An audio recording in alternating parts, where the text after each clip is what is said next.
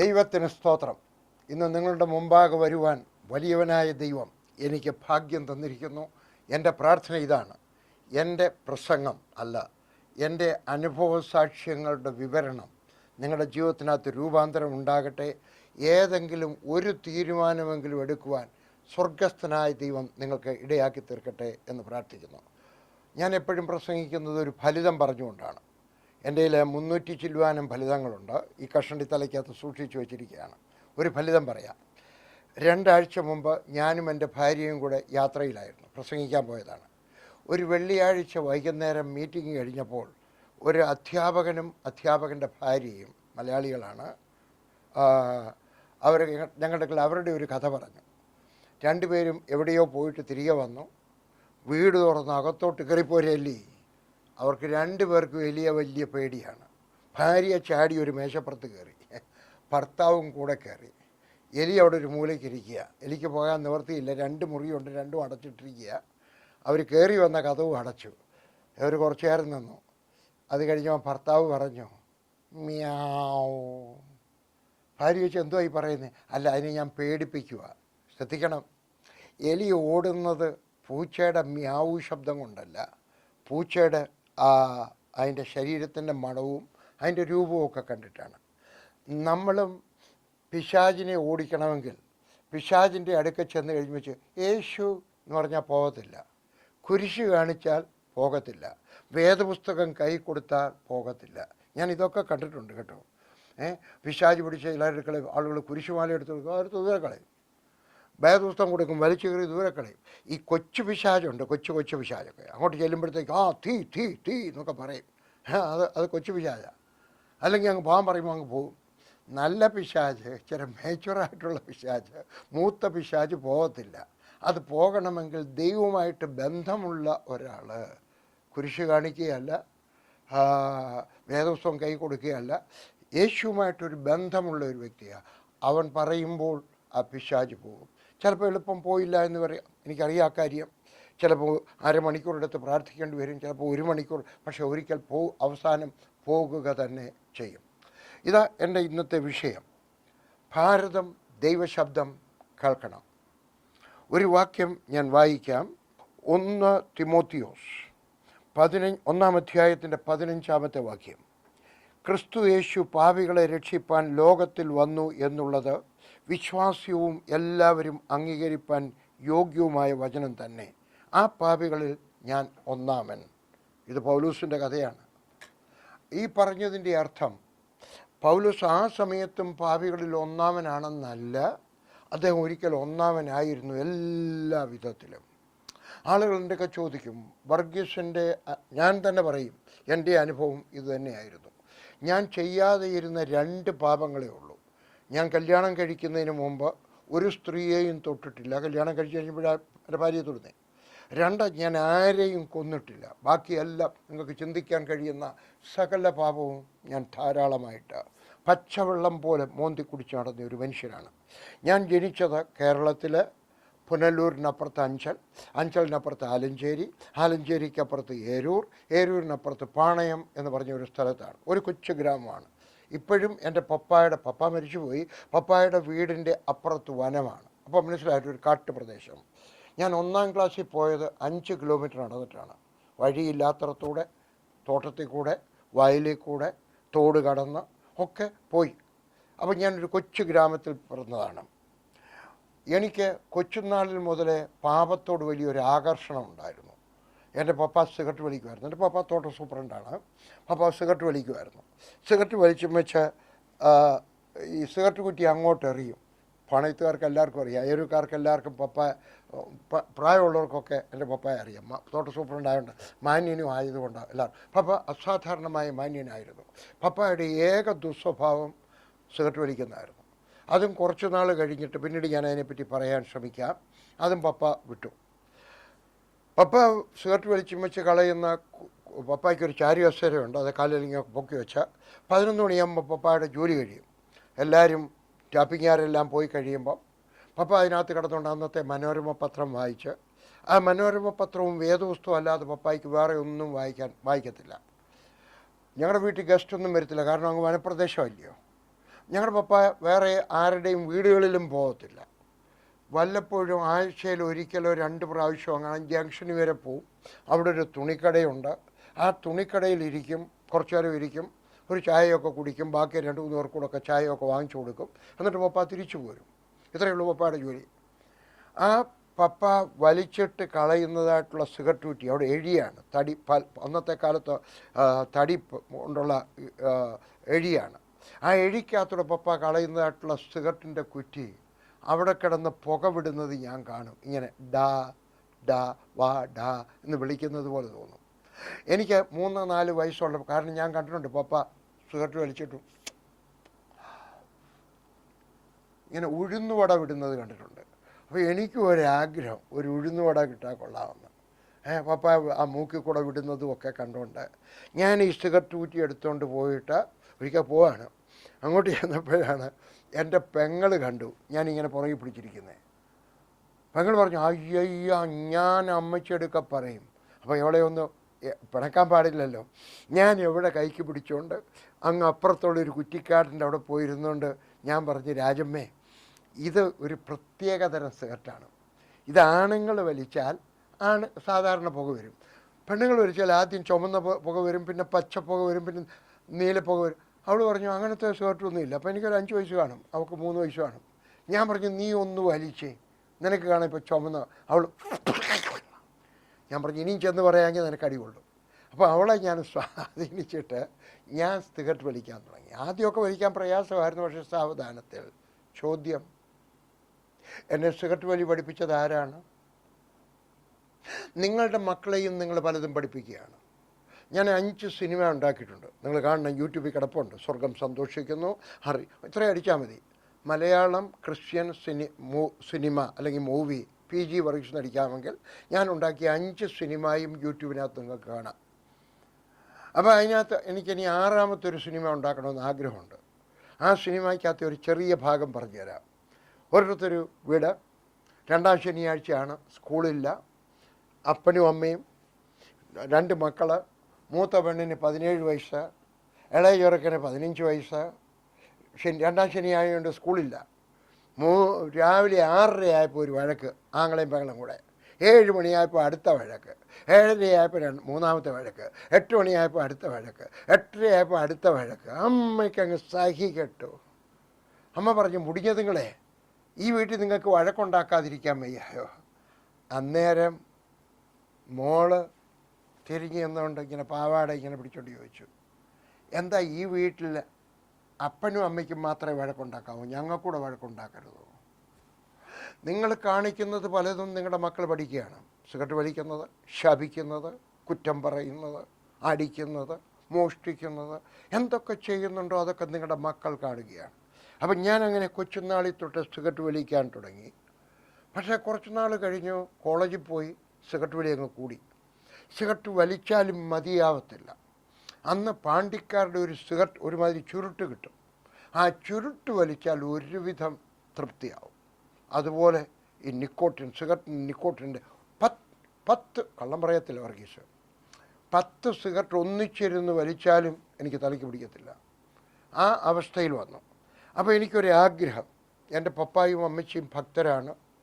ഞങ്ങൾ യാക്കോബക്കാർ, അന്നത്തെ കാലത്ത് യാക്കോബ ഓർത്തഡോക്സ് ഒന്നാണ്, ഓർത്തഡോക്സുകാരാണ്. പപ്പായും അമ്മച്ചിയും കൂടെ ഞങ്ങളെ പള്ളിയിൽ കൊണ്ടുപോകും. മാസത്തിലൊരിക്കലേ അച്ഛൻ വരത്തുള്ളൂ. അന്ന് പപ്പ അമ്മച്ചി വരും. ഞങ്ങൾ 7 മക്കളാണ്, 7 പേരും കൂടെ ഇങ്ങനെ കോഴി കുഞ്ഞുങ്ങളെയും കൊണ്ട് പോകുന്നത് പോലെ ഞങ്ങൾ ഇങ്ങനെ പോയിക്കൊണ്ടിരിക്കും. എല്ലാ ആഴ്ചയും എത്ര കിലോമീറ്ററാണ്? 6-7 കിലോമീറ്റർ നടന്ന്, വഴിയില്ലാത്തടത്തൂടെ, വയലിനകത്തൂടെ, ഒരു വലിയ ആറും ഒരു 10-20 അടി വീതിയുള്ള ഒരു തോടും ഒക്കെ കടന്ന്, വലിയ പ്രയാസമാണ്, പാറപ്പുറത്തൂടെ നടന്നു പോകും, തെന്നി വീഴും. എനിക്കെപ്പോഴും ഓട്ടെ ഒഴുകുപാറ, അതിലേക്കൂടെയൊക്കെ പോകണം. പക്ഷേ പള്ളിയിൽ കൊണ്ടുപോകുമായിരുന്നു ഭക്തരായ പപ്പായും അമ്മച്ചിയും. ഞങ്ങളുടെ വീട്ടിൽ ഒരു ദിവസം പോലും കുടുംബ പ്രാർത്ഥന മുടങ്ങിയിട്ടില്ല, ഒറ്റ ദിവസം പോലും മുടങ്ങിയിട്ടില്ല. രാവിലെ കുടുംബ പ്രാർത്ഥന, വൈകിട്ട് കുടുംബ പ്രാർത്ഥന. ഓർത്തഡോക്സുകാരുടെ കാര്യം പറയുകയാണ്. ഞങ്ങൾ പ്രായമായി വരുമ്പോഴേ പപ്പ ബൈബിൾ വാങ്ങിച്ചു തരും, പുതിയ നിയമം.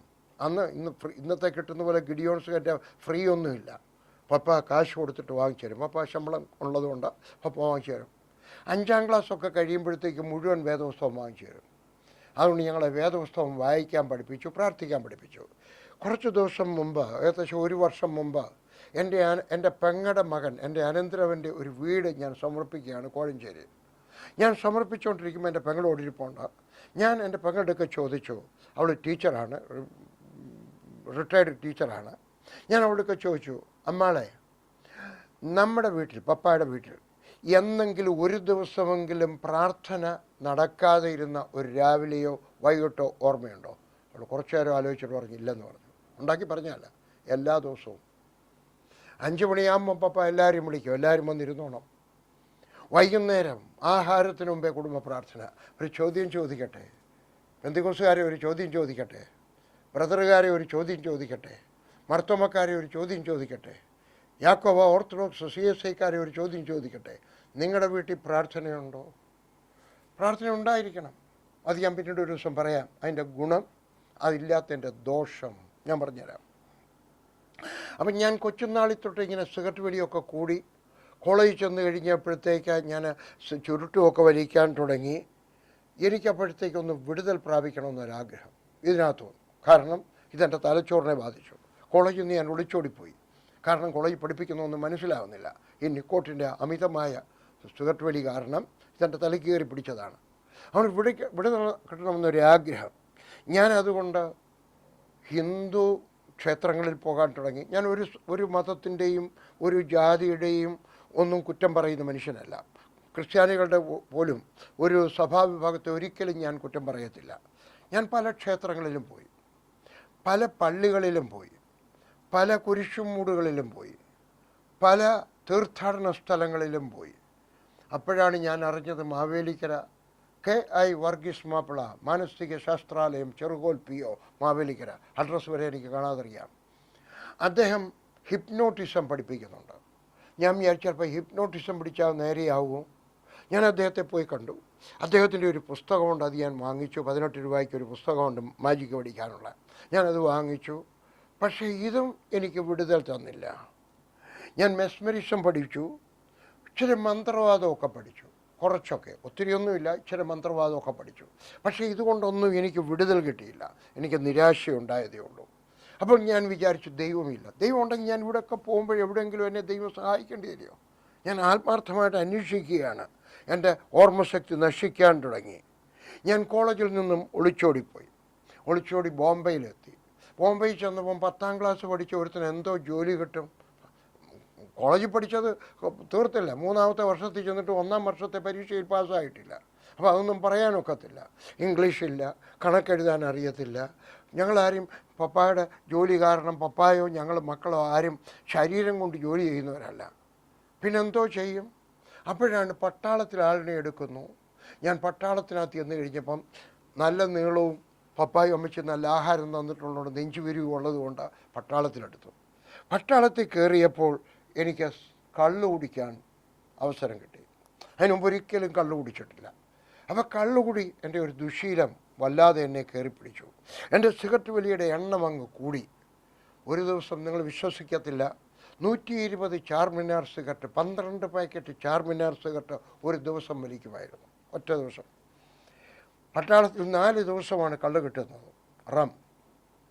4 ദിവസം ഇറച്ചിയുള്ള ദിവസം എല്ലാം റം. അതും ഞാൻ കുടിക്കും.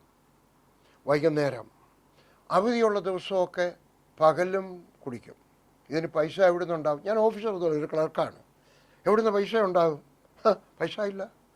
അതിന് ഞാൻ സാധനങ്ങൾ മോഷ്ടിക്കാൻ തുടങ്ങി. ഞാൻ സ്റ്റോറിലെ ക്ലർക്കാണ്. അപ്പോൾ സ്റ്റോറിലെ സാധനങ്ങളൊക്കെ മോഷ്ടിച്ച് വെളിയിൽ കൊണ്ടുപോയി വിൽക്കും.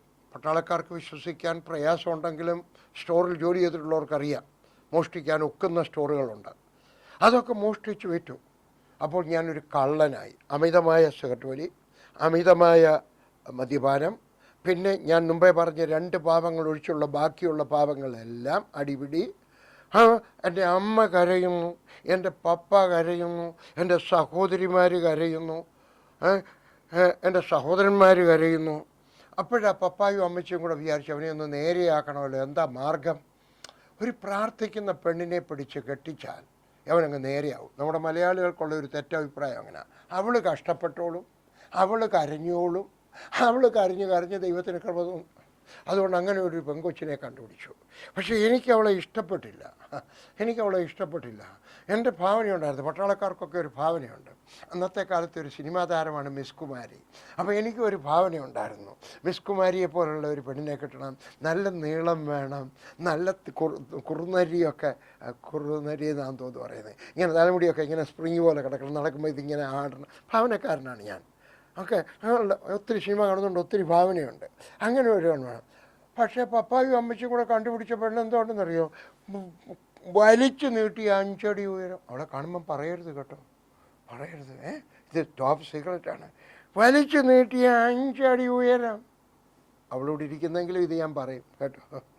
5 അടി ഉയരം, കാണാനും വലിയ സൗന്ദര്യമൊന്നുമില്ല. എൻ്റെ കാര്യം എൻ്റെ കണ്ടുമച്ച് ചെന്നപ്പോൾ എൻ്റെ ഇളയ പെങ്ങൾ ചോദിച്ചു, രാജീവ്, മുമ്പേ ചേർട്ട് വിളിക്കാൻ പഠിപ്പിച്ച രാജീവ്, അവളൊക്കെ ചോദിച്ചാൽ ചായ പെണ്ണെങ്ങനുണ്ട്? ഞാൻ പറഞ്ഞു കുഴപ്പമൊന്നുമില്ല കേട്ടോ, നല്ല പെണ്ണാണ്, നമ്മുടെ വീട്ടിലെ വേലക്കാരി ഇല്ലയോ, അവിടെ അനിയത്തിയാണെന്ന് തോന്നുന്നു, കരയുവാണെങ്കിൽ എടുത്ത് തോളയിലിട്ടോണ്ടെങ്കിൽ പോരാം, ബാ ഓ എൻ്റെയൊക്കെ പറഞ്ഞ ചായ കരയിപ്പിക്കരുത്. ഞാൻ പറഞ്ഞില്ല, അഥവാ ഞാൻ കല്യാണം കഴിച്ചാൽ എൻ്റെ തീരുമാനമായിരുന്നു, ഞാൻ അവളെ സ്നേഹിക്കും, കരയിക്കത്തില്ല. എൻ്റെ അമ്മച്ചി പറഞ്ഞു കെട്ടണം, നിനക്കിഷ്ടപ്പെട്ടാലും ഇല്ലേലും ശരി, അമ്മച്ചിക്ക് ഇഷ്ടപ്പെട്ടത് കാരണം അവളെ കെട്ടി. ഞങ്ങൾ 4 വർഷം കഴിഞ്ഞിട്ട് ഞങ്ങൾക്ക് കുഞ്ഞുങ്ങളുണ്ടായില്ല. ഒരു പ്രാവശ്യം ഗർഭിണിയായി, പക്ഷേ അത് അലസിപ്പോയി. അതിന് ഇംഗ്ലീഷിൽ മിസ്കാരേജ് എന്ന് പറയും, ചിലർ അബോർഷൻ എന്ന് പറയും. അബോർഷൻ എന്ന് പറയുന്ന വാക്ക് തെറ്റാണ്. ഗ്രാമർ അനുസരിച്ച് ശരിയാണ്, പക്ഷേ ഇന്നത്തെ യൂസേജിനകത്ത്, ഇന്നത്തെ ഞാൻ ഇംഗ്ലീഷ് വാക്കുകൾ കുത്തിച്ചെലുത്താൻ ഇഷ്ടപ്പെടാത്ത മനുഷ്യനാണ്. ഇന്ന് നമ്മൾ പറയേണ്ട ടെക്നിക്കൽ വാക്ക് മിസ്കാരേജ് എന്നാണ്, അബോർഷൻ അല്ല. അബോർഷൻ എന്ന് പറഞ്ഞാൽ മരുന്ന് കൊടുത്ത് അബോർട്ട് ചെയ്യുന്നതാണ് അബോർഷൻ എന്ന് ഇന്ന് പറയുന്നത്. പണ്ടെല്ലാം ഒരുപോലെ ആയിരുന്നു. അപ്പോൾ ലില്ലിയെ കൂടെ ആ അബോർഷൻ്റെ വേദനയെല്ലാം കാരണം ലില്ലി ഇച്ചിരി ഡിസ്കറേജിലായിരുന്നു. അതുകൊണ്ട് ഞാൻ ലില്ലിയെ കൂടെ കാശ്മീരിലേക്ക് കൊണ്ടുപോയി. ഞാൻ പട്ടാളത്തിൽ കാശ്മീരിലാണ്. ഞാൻ കാശ്മീരിലായിരിക്കുന്ന സമയത്ത് ലില്ലിയൂടെ വന്നു. ഞങ്ങൾ ഒരു താമസിക്കുകയാണ്. അപ്പം ഞാൻ ലില്ലിയെ വെളിയിലെങ്ങും കൊണ്ടുപോകത്തില്ല, കാരണം കാണാൻ കൊള്ളാത്ത പെണ്ണിനെ എന്തിനാണ് കൊണ്ടുപോകുന്നത്, ആളുകളൊക്കെ പറയത്തില്ലയോ, ഈ സുന്ദരനായ ചെറുക്കനെ ഈ പെണ്ണിനെയാണോ കിട്ടിയെന്നൊക്കെ ചോദിക്കത്തില്ലയോ, അതുകൊണ്ട് കൊണ്ടുപോകത്തില്ല. ഒരു ദിവസം ഞാൻ ഓഫീസിൽ നിന്ന് വന്നപ്പം ലില്ലി ചിരിച്ചുകൊണ്ടിരിക്കുക. ഞാൻ ചോദിച്ചു, എന്താ കൊച്ചാ ചിരിച്ചുകൊണ്ടിരിക്കുന്നത്? പറഞ്ഞു, ഇവിടെ ഒരു ടെൻറ്റ് മീറ്റിംഗ് നടക്കുന്നുണ്ട്, ഒരു ടെൻറ്റിനകത്ത്. അവിടെ സുവിശേഷം പ്രസംഗിക്കാനായിട്ട് പാകിസ്ഥാനി എന്നൊരു മുസ്ലിം കൺവേർട്ട് വന്നിട്ടുണ്ട്. ഞാൻ പറഞ്ഞു, മുസ്ലിം എന്തിനാ ക്രിസ്ത്യാനിയായ? ഞങ്ങളുടെ യാക്കോബായിൽ അങ്ങനത്തെ ഇടപാടൊന്നുമില്ല അന്നത്തെ കാലത്ത്, ഇന്ന് കാണുമായിരിക്കും. ഞാൻ വടക്കേന്ത്യയിലായതുകൊണ്ട് എനിക്ക് കേരളത്തിലെ വലിയ പരിചയമൊന്നുമില്ല കേട്ടോ, ആരുടെയും കുറ്റം പറഞ്ഞാല. ഞാൻ പറഞ്ഞ ആളെന്തിനാ ക്രിസ്ത്യാനിയായ? അറിഞ്ഞൂടാ.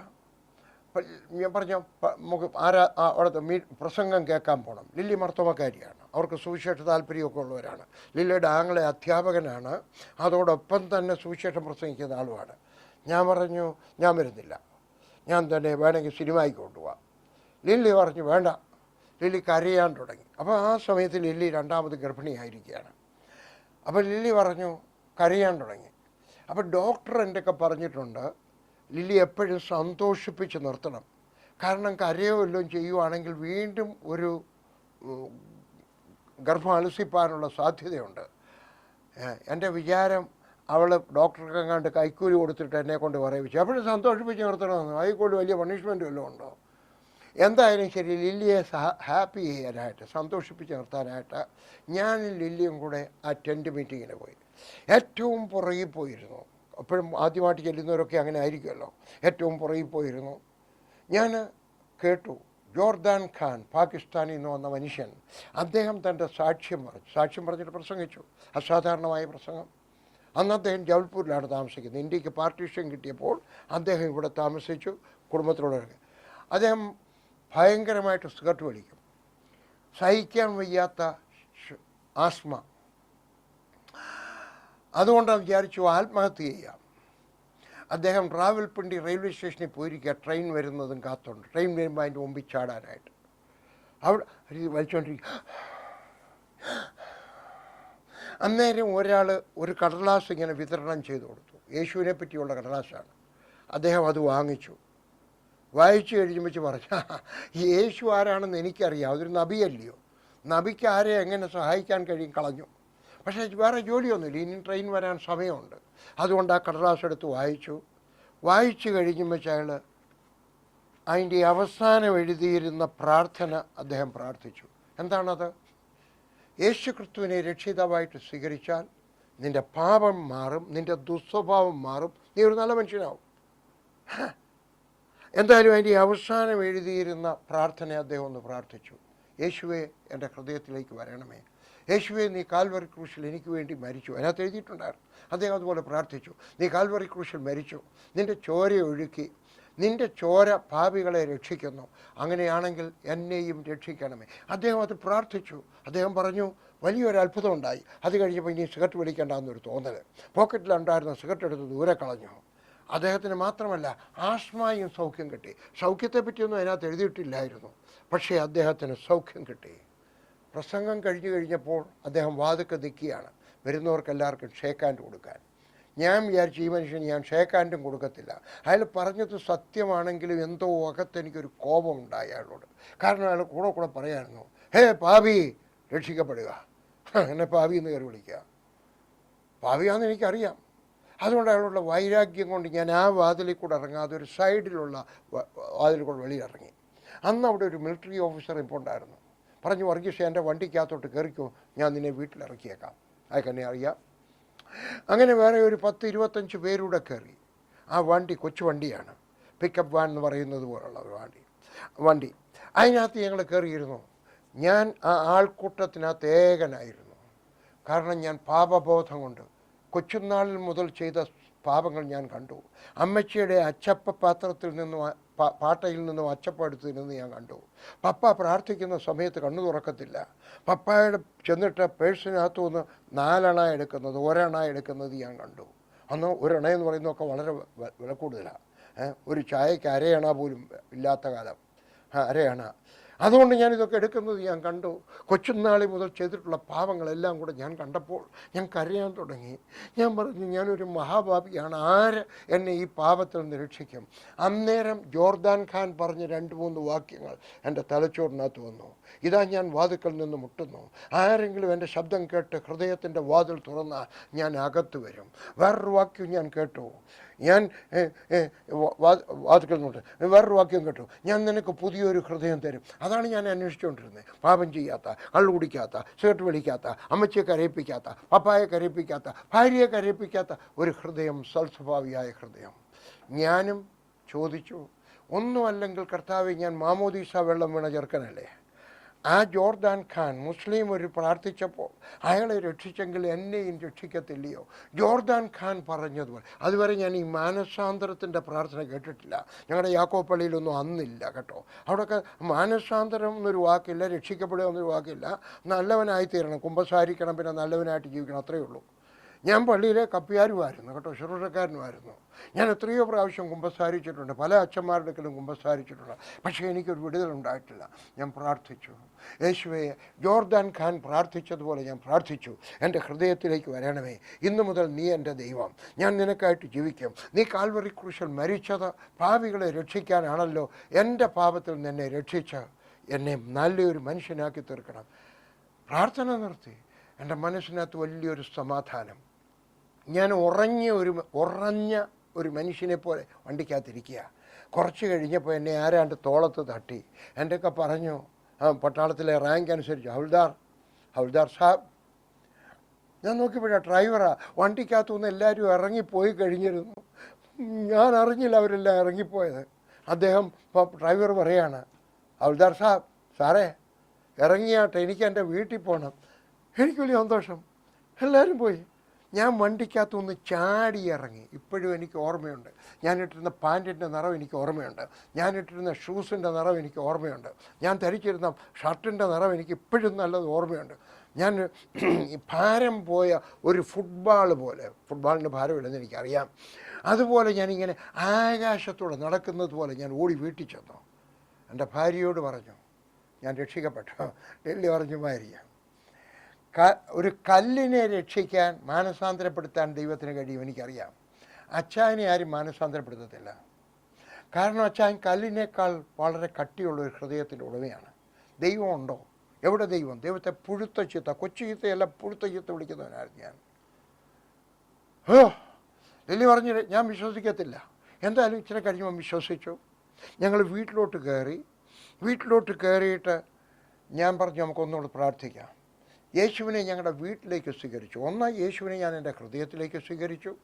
2, 1971 ഒക്ടോബർ മാസം 1-ാം തീയതി ഓടുന്ന ഒരു പട്ടാളത്തിൻ്റെ വണ്ടിയിൽ വെച്ച് ഞാൻ യേശുവിനെ രക്ഷിതാവായി സ്വീകരിച്ചു, രാത്രി 9 മണിക്ക്. 2, യേശുവിനെ എൻ്റെ വീട്ടിലേക്ക് സ്വീകരിച്ചു. ഞാനും ലില്ലിയും കൂടെ പ്രാർത്ഥിച്ചു. ലില്ലിയ അടുക്കളയിലോട്ട് പോയി ആഹാരം ചൂടാക്കാനായിട്ട്. ഞാൻ വിചാരിച്ചു, ലില്ലി ഞാൻ അടുത്ത വീട്ടിൽ പോയി സുവിശേഷം പറയാൻ പോവാ, എൻ്റെ അനുഭവം പറയാൻ പോവാ. എന്താ പറയാൻ പോവാ? അവർ ഉറങ്ങുക. അവിടെ ഇലക്ട്രിസിറ്റി ഇല്ലാത്ത ഗ്രാമമാണ് ഉദംപൂരിന് ഇപ്പുറത്ത് റെയിമ്പൽ. അങ്ങനെ അവർ ഉറങ്ങുക. ഞാൻ പറഞ്ഞു ഞാൻ വിളിക്കാൻ പോവാണ്, താൻ ആഹാരം ചൂടാക്കുക. ലില്ലി ആഹാരം ചൂടാക്കാൻ പോയപ്പോൾ ഞാൻ ഇറങ്ങാൻ നേരം നോക്കിയപ്പോഴാണ് ഒരു കലണ്ടർ കിടക്കുന്നു, എയർ ഇന്ത്യയുടെ കലണ്ടർ. അത് എനിക്ക് ഓർമ്മയുണ്ട്. ആ കലണ്ടറിനകത്തൊരു സിനിമാ താരം നിൽപ്പുണ്ട്, കാലുമൊക്കെ ഇങ്ങനെ പൊക്കി ഇങ്ങനെ നിൽപ്പുണ്ട്. അന്ന് തുണിക്കൊക്കെ വലിയ വില കൂടുതലാണ്. അതുകൊണ്ട് ആ പാവം പെണ്ണ് ഇവിടെയും ഇച്ചിരി തുണിയേ ഇട്ടിട്ടുള്ളൂ. അപ്പം ഞാൻ വിചാരിച്ചു, യേശുവിനെ ഞാൻ എൻ്റെ വീട്ടിലേക്ക് സ്വീകരിച്ചു. യേശു വന്നാൽ ആ പടം ഇഷ്ടപ്പെടത്തില്ല. ഞാൻ ആ കലണ്ടർ എടുത്ത് ദൂരെ കളഞ്ഞു, കള്ളുകുപ്പി എടുത്ത് ദൂരെ കളഞ്ഞു. എൻ്റെ വീട്ടിൽ ഒരു കുത്ത് ചീട്ടുണ്ടായിരുന്നു. ഞാനും ഭാര്യയും കൂട്ടുകാരും കൂടെ ചീട്ട് കളിക്കുമായിരുന്നു. എൻ്റെ ഭാര്യയും ചീട്ട് കളിയൊക്കെ പഠിപ്പിച്ചു. എനിക്കറിയാം യേശു ചീട്ടുകളി ഇഷ്ടപ്പെടത്തില്ല. ഞാൻ അതും എടുത്ത് ദൂരെ കളഞ്ഞു, എൻ്റെ വീട് ശുദ്ധീകരിച്ചു. 1, യേശുവിനെ ഞാൻ രക്ഷിതാവായി സ്വീകരിച്ചു. 2, യേശുവിനെ എൻ്റെ വീട്ടിലേക്ക് സ്വീകരിച്ചു. 3, യേശുവിന് ഇഷ്ടപ്പെടാത്തതെല്ലാം ഞാനെടുത്ത് ദൂരെ കളഞ്ഞു. അടുത്ത മുറിയിൽ കുഞ്ഞിരാമൻ, മണിമലക്കാരനാണ് കുഞ്ഞിരാമൻ. കുഞ്ഞിരാമൻ ബ്രദറെ, ഈ സന്ദേശം കേൾക്കുവാണെങ്കിൽ എന്നെ ഒന്ന് കോണ്ടാക്റ്റ് ചെയ്യണമേ, പ്ലീസ് കോണ്ടാക്റ്റ് ചെയ്യണമേ. കുഞ്ഞിരാമനെയും ഞാൻ കഥവിന് കൊട്ടി. കുഞ്ഞിരാമൻ ചോദിച്ചു, ആരാ അത്? ഞാൻ പറഞ്ഞത് വർഗീസാ. എന്താ സാറേ കാര്യം? ഞാൻ പറഞ്ഞ് കഥ ഉറക്കെ, എനിക്ക് കാര്യം പറയാനുണ്ട്. ഞാൻ അകത്തോട്ട് കയറി കുഞ്ഞിരാമൻ്റെ കട്ടിയിലയിൽ ഇരുന്നുകൊണ്ട് കുഞ്ഞിരാമൻ്റെങ്കിലും ഭാര്യകൾക്കും സുവിശേഷം പറഞ്ഞു. കുഞ്ഞിരാമൻ അന്ന് രക്ഷിക്കപ്പെട്ടില്ല. പക്ഷേ 6 മാസം കഴിഞ്ഞപ്പോൾ കുഞ്ഞിരാമനും ഭാര്യയും സ്നാനപ്പെട്ടു. ഇന്ന് അവർ വിശ്വാസികളായിട്ട് മണിമലയുണ്ട്. എൻ്റെ ശബ്ദം കേൾക്കുന്ന സഹോദര സഹോദരി, നിങ്ങൾ യേശുക്രിസ്തുവിനെ രക്ഷിതാവായി സ്വീകരിച്ച വ്യക്തിയാണോ? വാസ്തവത്തിൽ മാനസാന്തരപ്പെട്ട വ്യക്തിയാണോ? അല്ല എങ്കിൽ യേശുക്രിസ്തുവിനെ രക്ഷിതാവായി സ്വീകരിക്കണം. എങ്ങനെ?